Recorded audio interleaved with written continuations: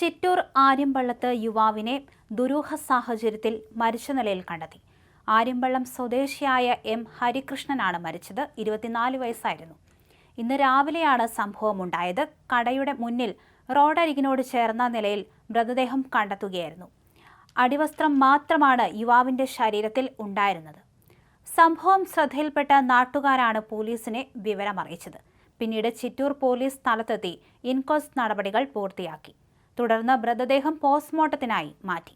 അതേസമയം മരണത്തിന്റെ കാരണം എന്താണെന്ന് ഇതുവരെ വ്യക്തമായിട്ടില്ല. അസ്വാഭാവിക മരണത്തിന് കേസെടുത്ത പോലീസ് വിവിധ സാധ്യതകൾ പരിശോധിച്ച് അന്വേഷണം ആരംഭിച്ചിട്ടുണ്ട്. സമീപത്തെ CCTV ദൃശ്യങ്ങളും മറ്റ് ശാസ്ത്രീയ തെളിവുകളും കേന്ദ്രീകരിച്ചാണ് അന്വേഷണം പുരോഗമിക്കുന്നത്. രാവിലെ അതുവഴി വന്ന നാട്ടുകാരായിരുന്നു ഇത്തരത്തിലൊരു സംഭവം കണ്ടത്.